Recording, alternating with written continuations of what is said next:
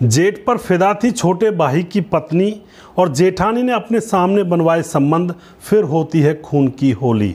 एक इंसान की हो जाती है दर्दनाक मौत। आखिर क्या हुआ था इस घटना के अंदर, पूरी सच्चाई जानने के लिए वीडियो को अंत तक जरूर देखिएगा। नमस्कार, मैं हूं सुदेश कुमार और तिरछी बात चैनल में आपका स्वागत है। दोस्तों, यह घटना है छत्तीसगढ़ के रायपुर के काकोड़ क्षेत्र की। काकोड़ से 15-20 किलोमीटर दूर एक श्रीकांत सोनी नाम के व्यक्ति की लाश पड़ी हुई थी जंगल के समीप, और तभी लोगों ने जैसे उसे देखा तो लोग पुलिस को बुलाते हैं। पुलिस आती है, उस लाश की शिनाख्त पुलिस को हो गई थी और फिर पुलिस अपनी कार्रवाई आगे की तरफ बढ़ाती है। लाश को पोस्टमार्टम के लिए भेज दिया जाता है। दोस्तों, यहाँ पर पुलिस अब पता लगाती है इधर उधर के लोगों से भी, तो उसके परिवार का भी पता लग जाता है। दरअसल उसके परिवार में श्रीकांत जिसकी लाश मिली थी, वह जो कि होटल में काम किया करता था, उसकी पत्नी चंद्रिका जो कि माला बेचा करती थी, और श्रीकांत का बड़ा भाई सूर्यकांत और सूर्यकांत की पत्नी योगेश्वरी। ये 4 लोग एक परिवार के अंदर रहा करते थे।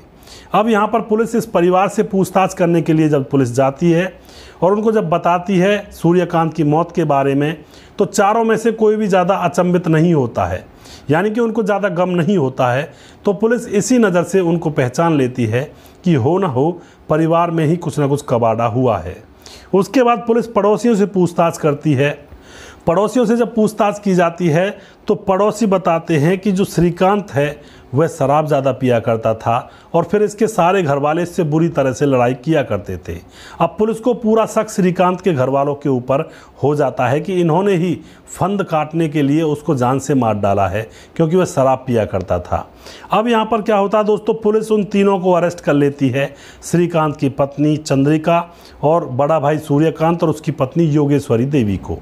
सबको अरेस्ट करके पुलिस के तौर तरीके से इनसे पूछताछ की जाती है। तो यहाँ पर सारी घटना पुलिस के सामने खुलकर आ जाती है। दोस्तों, यहाँ पर क्या होता है, जो श्रीकांत होता है वह शराब पिया करता, शराब पी करके घर पर आया करता था और आकर के वह अपनी पत्नी चंद्रिका को पीटा करता था, मारा करता था। लेकिन इसी तरह से वह सब लोग उसको झेल रहे थे, कोई दिक्कत नहीं हो रही थी। अब यहाँ पर क्या होता है, जैसे वो अपनी पत्नी को पीटता है, मारता है, तो पत्नी चंद्रिका अकेला अकेला सा महसूस करती है। अकेला सा महसूस करती है तो वो अपने जेठ सूर्यकांत के साथ ही संबंध बनाने लगती है। इस बात की खबर उसकी जेठानी को लग जाती है, लेकिन वह कुछ नहीं कहती है, क्योंकि वह भी समझती है कि इसका पति तो शराबी है, रात दिन शराब पीकर घूमता रहता है, इसको आखिर कोई ना कोई सहारा तो चाहिए ही चाहिए। अब यहाँ पर मामला इसी तरह से चल रहा होता है। धीरे धीरे कुछ समय गुजरता है तो सूर्यकांत को पता लग जाता है कि उसकी पत्नी चंद्रिका उसके बड़े भाई सूर्यकांत के साथ प्रेम प्रसंगों में है। तो यहाँ पे श्रीकांत को पता लग जाता है इस संबंध के बारे में। जैसे ही ये बात पता लगती है तो श्रीकांत अपनी पत्नी से जोर जोर से लड़ाई करने लगता है, जोर जोर से गालियां देने लगता है। अब यहाँ पर वह तीनों लोग खड़े हुए थे, चंद्रिका, योगेश्वरी, सूर्यकांत। वह अपनी बदनामी का डर उनको लगता है कि लोगों को पता लग जाएगा तो यह तो बहुत बड़ी बदनामी हो जाएगी, इसलिए वह वहीं पर उसको घेर करके उसको जान से मार देते हैं और मारने के बाद उसको बाहर जंगल में फेंक दिया जाता है। दोस्तों, यह सारी घटना जब पुलिस के सामने आती है तो पुलिस भी दांतों तले उंगलियां दबाकर रह जाती है कि करे कोई और भरे कोई। गलत कर्म तो यहाँ पर श्रीकांत की पत्नी ने और श्रीकांत के भाई ने और यहाँ तक कि श्रीकांत की भाभी ने भी किया था और करवाया था, लेकिन सजा मिली सिर्फ और सिर्फ श्रीकांत को।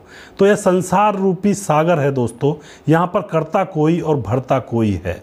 ऐसा भी कई बार देखने को मिलता है बहुत सारी जिंदगियों के अंदर, और जिंदगियां तबाह होते भी देखी गई हैं इसी तरह से। करता कोई है और भरता कोई है। तो यहाँ पर आप क्या कहना चाहोगे, क्या श्रीकांत को मार देना ही अच्छा था परिवार की लाज के लिए, या फिर गलत किया?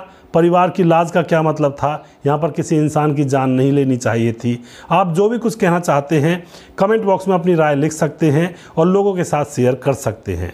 दोस्तों, अगर आपको हमारा वीडियो अच्छा लगता है तो इसको शेयर ज़रूर कर दिया करें, हम आपके बहुत बहुत आभारी रहेंगे। अगला प्रोग्राम बहुत जल्दी फिर से लेकर आऊँगा किसी सच्ची घटना के ऊपर। तब तक आप खुश रहें, सावधान रहें और रिश्तों की अहमियत को समझें। जय हिंद, जय भारत।